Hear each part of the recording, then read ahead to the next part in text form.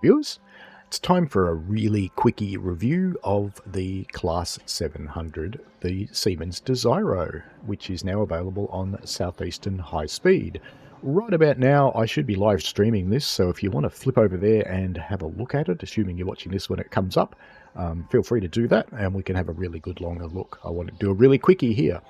Alrighty, so I've also got 3 tutorials coming out: a normal driving with safety systems, a cold and dark start, and a power changeover. We've got a bunch of scenarios that come with it. It'll be about $25 in Australia, something in that vicinity, given the pricing. We've got scenarios: Desiro City showers, prepare and wash this early morning service before running to Raynham.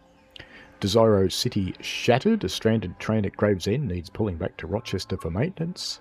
Desiro City shortened, engineering work at Rochester means that this will be a reduced service, terminating at Strood. Desiro City delays, increased number of freight trains on the route means an increased number of adverse signals for drivers to deal with. Desiro City on test. This is an interesting one because this represents the first time the train ever ran on the route. It was a test train in the middle of the night to see if it fit everywhere, so you can take it out without any passengers and have a bit of fun with it. Desiro City changeover. During a day of weather-related delays, take your train from Raynham to Gravesend, or you'll be relieved before relieving another driver on a late-running service to Raynham, so you're swapping trains. Desiro City skip. Issues at Faversham have caused delays, meaning some trains will skip intermediate stops. Now, these scenarios are very welcome to me because they represent the kinds of things that I have often been asking for. So I really like to see these out of the ordinary things that are ordinary, if you get what I mean.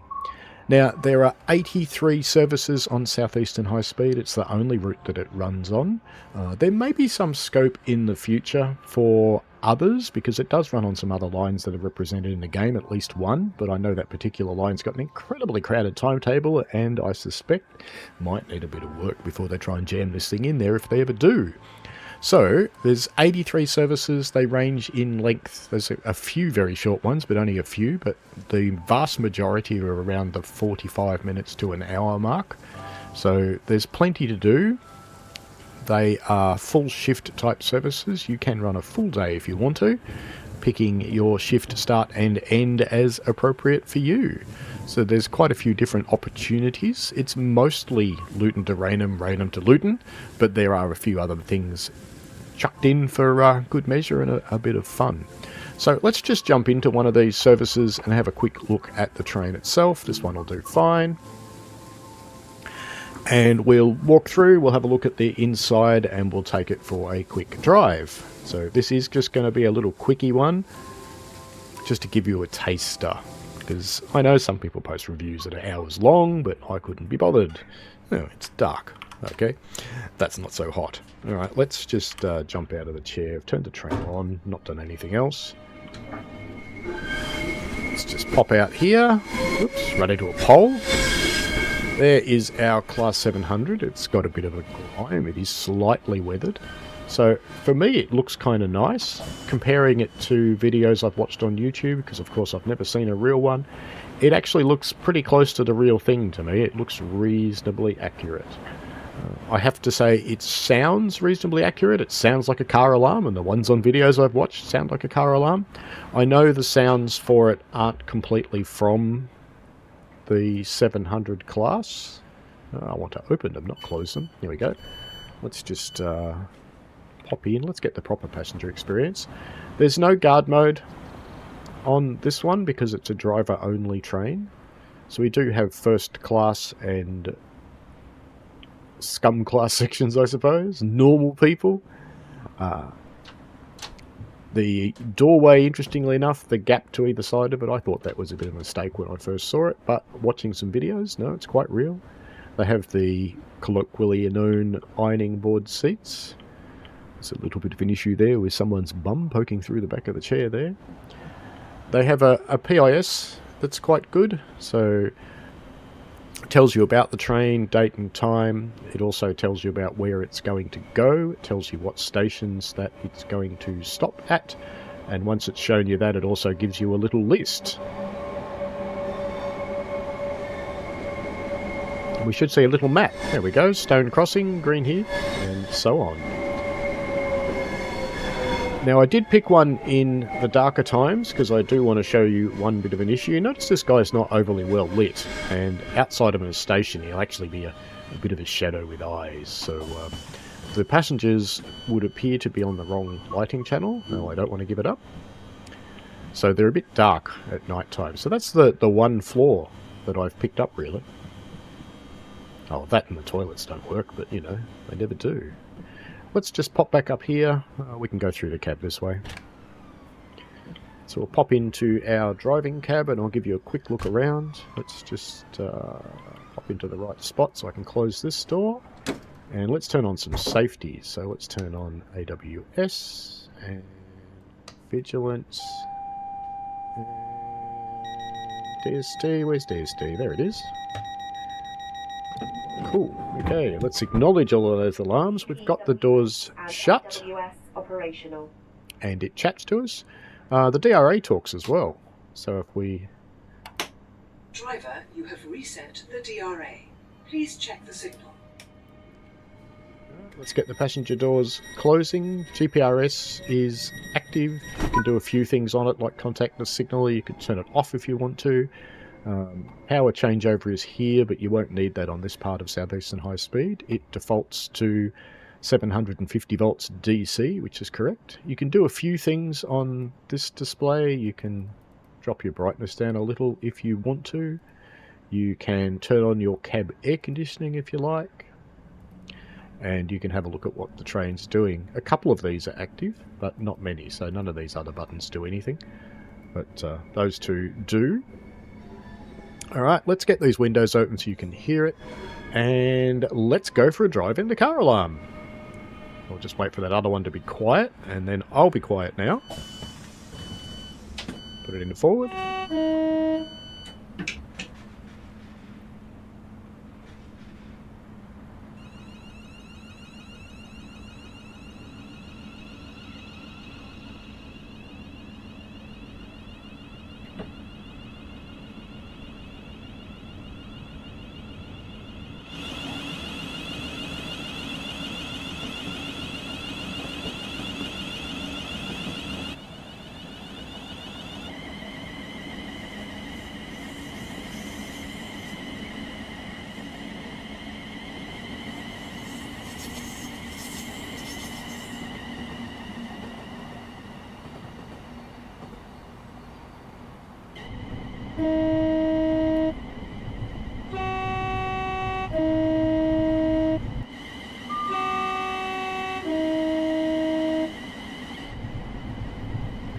Now, the sounds before the phase shift were recorded in the 700 class simulator, and those are apparently based on real recordings. They did use some Anderson Powerhouse sounds as well. After the phase shift, they used the recordings of another Desiro, which is the Class 350. So it's not quite the right sounds, but watching videos, to me, I can't really pick the difference. An absolute aficionado might, but it's not an issue for me, so I don't mind it. Most of the buttons and things do something when you get them. You can change over to AC power if you put the train in an AC area. You can do that in the training centre, or you can put it on HS1 in Southeastern High Speed in Scenario Planner. It accelerates okay on DC power, 750 volts DC. On 25,000 AC, a little bit like the Javelin, it accelerates. It's just the Vigilance going off there. It accelerates a lot better, so it's much quicker. Its brakes are actually quite good, so let's just get it up to 75 mile an hour, and I'm going to go full service on the braking as soon as we hit it. There we go, we got there, and full service. I'm using a rail driver to control the lever. You can't push it too far and get it into emergency, which I really like. It's a good feature.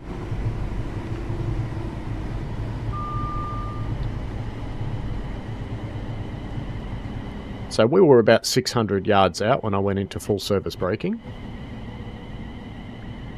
And it's electro-pneumatic braking, so it uses the traction motors to do the braking until it gets to a very low speed. Then the air brakes cut in, which is about to happen. Almost stopped. So it's taken us, what, nearly 800 yards to stop from 75 mile an hour, which is actually fairly respectable. And to my amazement, I think a little bit of the train might actually still be in the platform. Look at that. So it stops quite well. It works. AWS and TPWS both work as expected. Do watch my tutorial for how to recover from a TPWS brake demand, because there's a little bit to it. It's vigilance going off again. I haven't picked any driving faults with this train, so I think it drives quite well. It seems to be reasonably accurate in the way that is portrayed, so the physics seem okay to me. And it sounds like a car alarm, but it's meant to sound like a car alarm, so, you know, whatever. If you like this kind of sound, good on you. I personally don't like it much, so I can tell you how I'll be driving it. I'll be driving it... Oops, I meant to close the window then, not open the door. That's kind of funny. I didn't know you could open the doors when you were driving. I can't say I've ever tried that before. But I actually want to close the window. I'll just pop back down there. And you'll notice it's turned off my power because I've got TSD. So once you're back in the chair, the train will actually work again. But it cuts your power off if you stand up. Funnily enough, that's what TSD is kind of supposed to do. Alrighty, so my thoughts is that it's pretty worth the money because it's about $25 Australian going by the exchange rate you normally see in Steam. So we'll see the actual price on Tuesday. I'll be releasing this to you 24 hours early on Monday. At the moment this comes out, I'll be live streaming it. If you want to pop over there, do go and have a look at my tutorials. So there's a driving with safety systems tutorial, which extends what you get from the training center. There is a cold and dark start tutorial and a power changeover tutorial should you go and run the train somewhere else. So you want to run it on AC and you want to pop it on a line that handles that, like HS1 for example in Southeastern High Speed, or if you pop it on one of the other 25,000 volt lines available in the game, you can do that in Scenario Planner in off the rails mode. So I'm quite happy with the train. Actually, there is one other thing I will show you, since we're in a slightly darkened state, because there is one fault. Let me just run through. I've deliberately not opened the doors. There we go. There's our fault. Our passengers aren't particularly well lit because they're not being lit by the train. So they are... Let's see how dark this gentleman is. And if we come through here, we'll probably find some other examples. There's someone's bum poking through a seat. So there are a few bits and pieces. So you can see people are a bit dark. If you're not in a station and you're in the absolute darkness, the people are actually basically shadows with eyes. So that's probably the one fault that I don't like. It's the one thing that does annoy me a little bit. But apart from that, the train's actually really good. And the gameplay you get for that money is quite excellent as far as I'm concerned. The scenarios are a lot of the kinds of things that I've been asking for. So they're things like unusual running, problems that happen, strange scenarios, all that kind of stuff that happens in real life that you don't normally see in timetable mode. Alrighty, so I reckon worth the money. Give it a crack. Let me know what you think in the comments. See you later.